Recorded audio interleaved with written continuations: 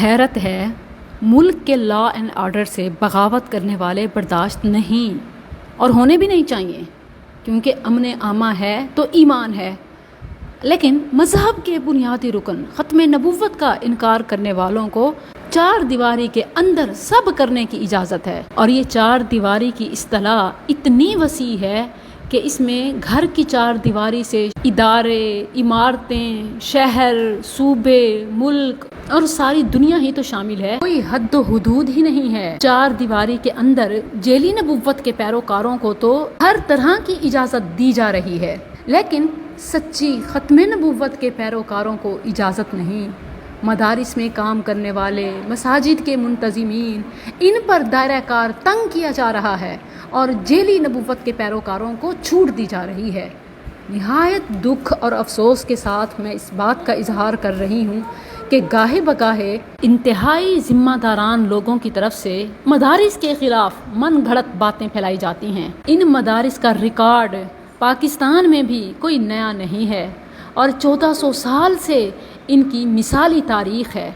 یہ شہروں اور دیہاتوں میں وہ کام کر رہے ہیں جو حکومت بھی نہیں کر سکتی، جہاں حکومت کے بھی بجٹ، خرچے، چھکے چھوٹ جاتے ہیں، وہاں پر یہ دینی مدارس کام کر دکھاتے ہیں۔ قیام پاکستان سے لے کر اب تک ہزاروں دینی ادارے قائم ہوئے، جن میں 6 ملین اسٹوڈنٹس، طلبہ و طالبات زیر تعلیم ہیں۔ صرف خدمت دین بلکہ خدمت خلق، آفتوں، مصیبتوں، طوفان، سیلاب، زلزلے، ہر وقت امت کو سرو کرنے کے لیے تیار ہوتے ہیں، اور کوئی فنڈز، کوئی ایڈ، کوئی مدد نہیں لیتے، بلکہ اپنی مدد آپ کے تحت ساری خدمات سر انجام دیتے ہیں۔ اور مقامی لوگ بھی ان کے سربراہان کو بخوبی جانتے ہیں۔ یہ کوئی باہر سے آئے ہوئے کسی ایجنڈے پر کام کرنے والے نہیں ہوتے۔ جو ایجنڈوں پر کام کرنے والے ہیں، جو NGOز سے وابستہ ہیں، حتیٰ کہ اسلام مخالف سرگرمیوں میں ملوث پائے جاتے ہیں۔ یہ ٹورزم کے نام پر جو بھی غیر مسلم ملک میں آتے ہیں، کیا جاسوسیاں، کتنی تخریب کاریاں، کتنا نقصان پہنچا کے جاتے ہیں، مگر ایک عالمی ایجنڈا ہے جس پر یہ سینہ کھلا ہے۔ دوسری طرف اندر رہنے والے، مقامی لوگوں کا اعتماد کرنے والے اپنوں کو کام کرنے کی اجازت نہیں ہے۔ ان کے لیے رجسٹریشن محدود اور ختم ہے، ان کے اکاؤنٹس بلاک ہیں۔ ایک طرف دنیا بھر سے ایڈز اور فنڈ جمع کرنے والوں کو، پاکستان اور اسلام کے مخالفوں کو، غیر مسلموں کے نمائندوں کو سب کرنے کی اجازت ہے، اور دوسری طرف اپنے اندر رہنے والے اسلام اور پاکستان کے لیے کام کرنے والوں کے سروں پر خطرے کی گھنٹی ہر وقت بج رہی ہوتی ہے۔ نہ سکون کا سانس لینے دیتے ہیں، نہ اطمینان سے کام کرنے دیتے ہیں۔ کبھی رجسٹریشن کینسل ہو جاتی ہے تو کبھی اکاؤنٹ سیل ہو جاتے ہیں اور نئے کھولنے نہیں دیے جاتے۔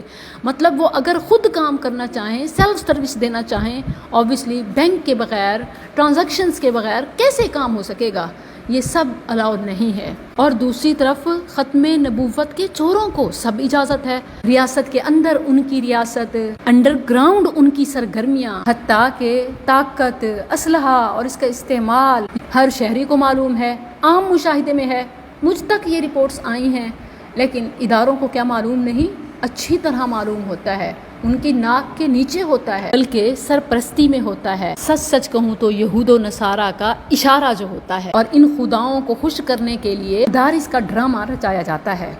حالانکہ وہ لوگ جو اس وقت حب وطنی کے جذبے سے آری عدم استحکام پیدا کر رہے ہیں، وہ ڈھکے چھپے نہیں ہیں۔ ہم مطالبہ کرتے ہیں کہ حکومت قیام امن کے ذریعے اپنا کردار ادا کرے اور بلا وجہ دینی مدارس کو نشانہ نہ بنایا جائے۔ چاہیے تو یہ کہ حکومت مدارس کی سرپرستی کرے، رجسٹریشن کے مراحل کو آسان بنائے، اسکولز اور یونیورسٹیز کی طرح مدارس کے لیے بھی بجٹ مختص کرے، مدارس کے لیے بھی اسکیل سسٹم بنایا جائے۔ علماء ربانیین جو حقیقی امن کے دائی ہیں، امت کا درد رکھنے والے ہیں، امن کمیٹیز کا ممبر بنایا جائے۔ ٹیکسٹ بورڈ کمیٹیز میں علماء کی مستقل نشست ہو، قانون سازی میں علماء کو شامل کیا جائے۔ یہی علماء ہی تو ہیں جو پبلک ایڈمنسٹریشن بہتر کر سکتے ہیں۔ یہ جو حکومت اور عوام، اداروں اور لوگوں کے بیچ خلا ہے، یہ علماء کے ذریعے ہی پر کیا جا سکتا ہے، ان دوریوں کو مٹایا جا سکتا ہے۔ یہ حکومت کی نااہلی ہے کہ وہ عوام اور علماء کا اعتماد حاصل کرنے میں ناکام ہے۔ آئے روز ان کے خلاف جو بیان آتے ہیں، حکومت اپنا اعتماد بحال کرنے کے لیے یہ جو ٹک ٹاکرز کی، سوشل میڈیا انفلوئنسرز کی خدمات لیتی ہے، یہ الٹا ان کے گلے کی گھنٹی بن جاتی ہے کہ دوری کا سبب بنتی ہے اور مذاق اڑایا جاتا ہے. پھر میمز اور پتہ نہیں کیا کچھ، آپ پھر خواہ فائبر وال لگوا لیں یا فائر وال، اس سے کچھ حاصل نہیں ہوگا، الٹا خلیج حائل ہوگی. مدارس پر اعتماد کریں. اہل مدارس کے منتظمین، اساتذہ، طلباء سب محب وطن ہیں، امن کے پیامبر ہیں، دہشت گردی کے خلاف ایک سالڈ، اسٹرانگ، مؤثر آواز ہیں. عوام ان کی بات سنتی اور مانتی ہے.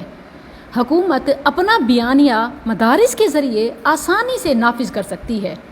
علماء جو بات کرتے ہیں عوام کے دلوں تک پہنچتی ہے، دل قبول کرتے ہیں، جانیں تیار ہوتی ہیں. یہ معاون تھے، ہیں، رہیں گے انشاءاللہ. قومی بیان پیغام پاکستان جاری کرنے میں دینی مدارس کا مرکزی کردار رہا ہے. ذمہ داران کو چاہیے کہ مدارس کے خلاف بیان دینے کے بجائے مدارس کے مسائل کو سمجھے، اعتماد لے. اگر علماء کا اعتماد حاصل کرنے میں کامیاب ہو گئے تو امن عامہ کے تمام مسائل خود بخود حل ہو جائیں گے. ملک کی سلامتی، دفاع اور امن کے قیام کے لیے ہمیں غیروں کی مدد کی ضرورت نہیں رہے گی انشاءاللہ.